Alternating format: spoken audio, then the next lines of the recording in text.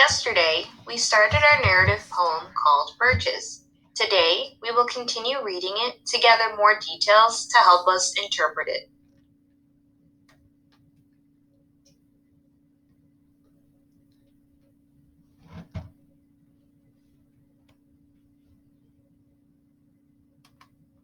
Our focus for reading today is to identify the key details in the text to form a main idea.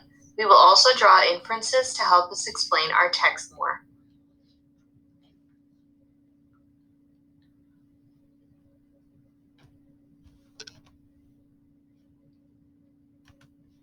Let's refresh our memory about what we read yesterday.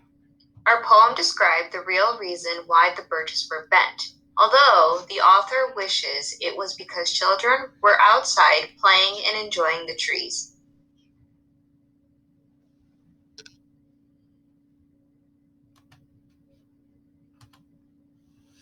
Let's now continue reading the last portion of our poem. If you'll notice, I did include a few of the lines that we left off with yesterday just to help with the flow of our poem. Follow along.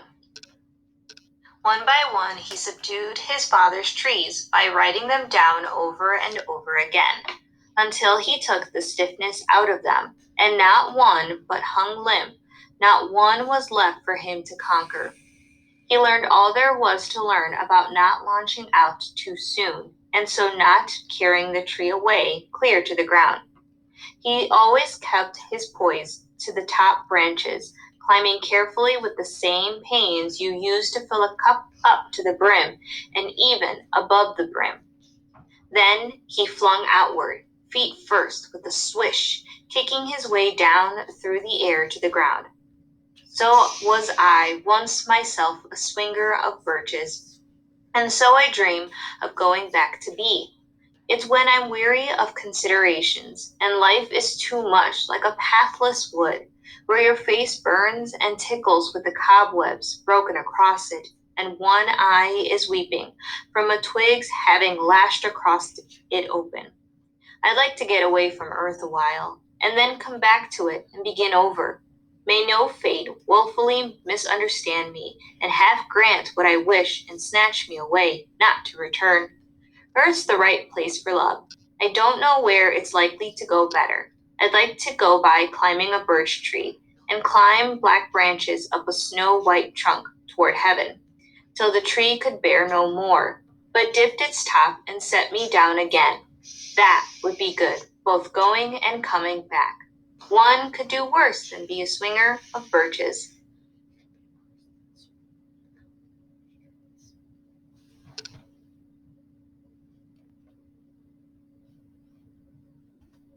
Now that we've finished with our poem, let's look back to see if we can interpret what the poet was trying to help us picture.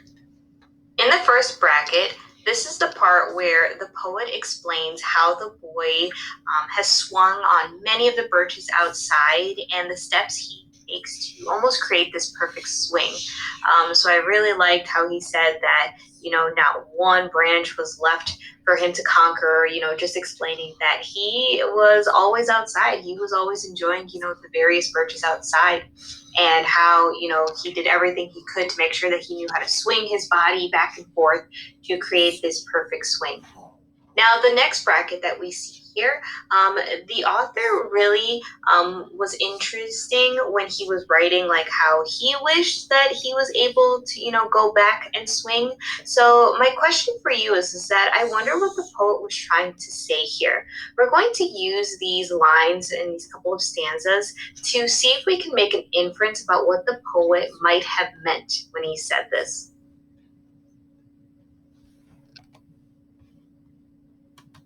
What I would like us to do is take a look back at these specific stanzas and lines to get an understanding of what you thought the author meant by wanting to go swinging again.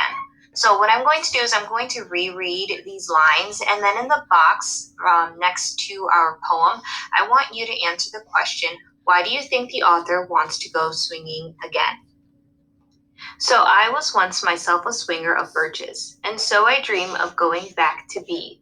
It's when I'm weary of considerations, and life is too much like a pathless wood, where your face burns and tickles with the cobwebs broken across it, and one eye is weeping from a twig's having lashed across it open.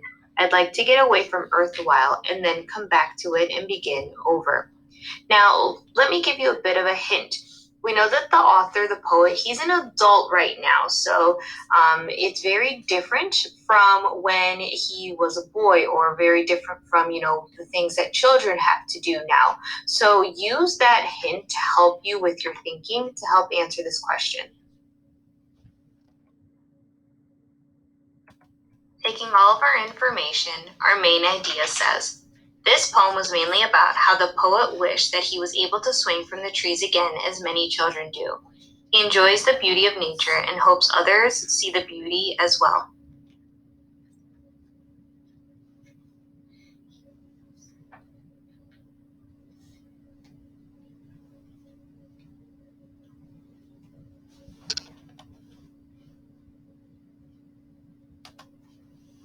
Great work finishing up our poem. You did an awesome job looking at details as well as making an inference about how you interpreted the poem.